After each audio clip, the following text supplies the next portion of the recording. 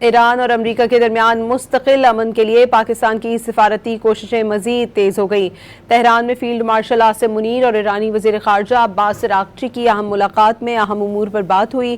Field marshal اور وفاقی وزیر داخلہ ایران میں ہیں اور مستقل امن کے لیے مشاورت اور ثالثی کی کوششیں جاری ہیں۔ ادھر ایران نے امریکہ سے مذاکرات کے لیے اپنی ٹیم کو مناب اسکول کے شہداء سے منسوب کر دیا۔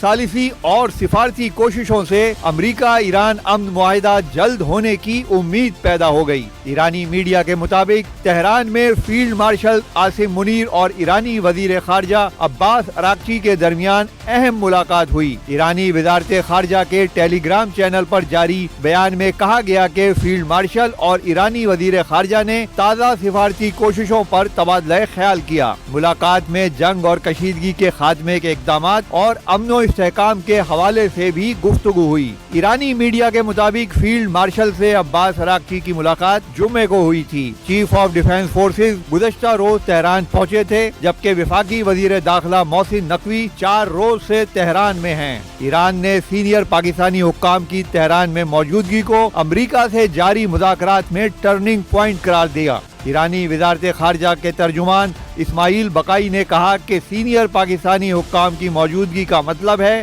کہ معاہدے تک پہنچنے کے لیے ایک اہم موڑ یا فیصلہ کن صورتحال پر پہنچ چکے ہیں۔ انہوں نے باور کرایا کہ جوہری پروگرام پر تہران کا موقف بالکل واضح ہے، ماضی کے تجربات کے باعث ایٹمی معاملے کی تفصیلات میں جانے سے محتاط ہیں۔ ایران نے امریکہ سے مذاکرات کے لیے اپنی ٹیم کا بھی اعلان کر دیا۔ مذاکراتی ٹیم کو مناب اسکول کے شہداء سے منسوب کیا گیا ہے، جس کا سربراہ ایرانی پارلیمنٹ کے اسپیکر محمد باقر قالیباف کو مقرر کیا گیا ہے۔ وزارت خارجہ کے ترجمان اسماعیل بقائی بھی ٹیم کے ترجمان ہیں۔